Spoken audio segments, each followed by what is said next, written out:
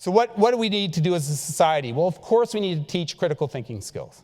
That is essential, right? And I wrote a piece for Maclean's recently where I argued that we should start in kindergarten, and as they do in Finland, and we should teach in elementary school, and junior high, and high school, and university, and we should have classes available and resources available for adults, right? So important. The good news is, it's hard to study this well, but the research says that really does make a difference. Like, teaching critical thinking skills makes a difference. What else do we need to do? Well, this is a complex problem. We have to come at it from absolutely every direction.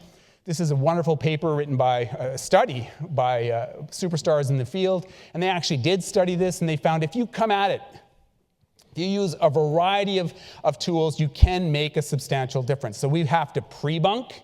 So what does that mean? You tell the people the kind of misinformation that's likely to come, right? Get them ready for it. People have called it like a misinformation inoculation. Get them ready for the misinformation. You've got to debunk, and I think that's where this room can come in. We have to nudge. So I'll talk about that in a moment. We need to regulate. I actually think that I'm a big believer in freedom of expression. I think a lot of the regulatory responses can happen in the marketplace of ideas, but there are times when we do need to regulate, to actually take a sort of a policy response to this. So what kind of nudges do we need to do? Well, again, the good news is lots of good research emerging on this.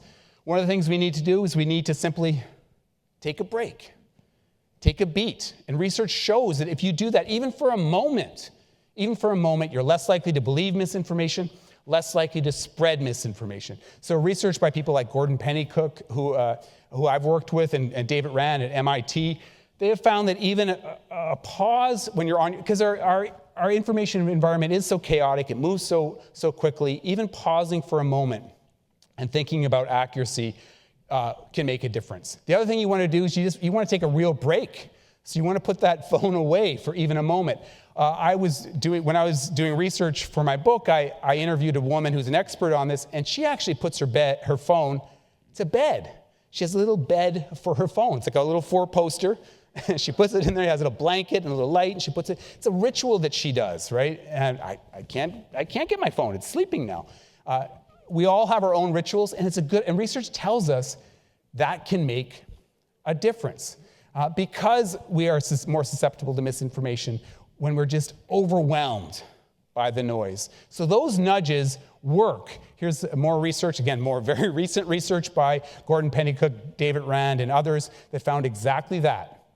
Having people take that break and sort of embrace the notion of accuracy really can make a difference. And the good news is that it works across the ideological divide, which I think is really good news given how polarized our public discourse has become.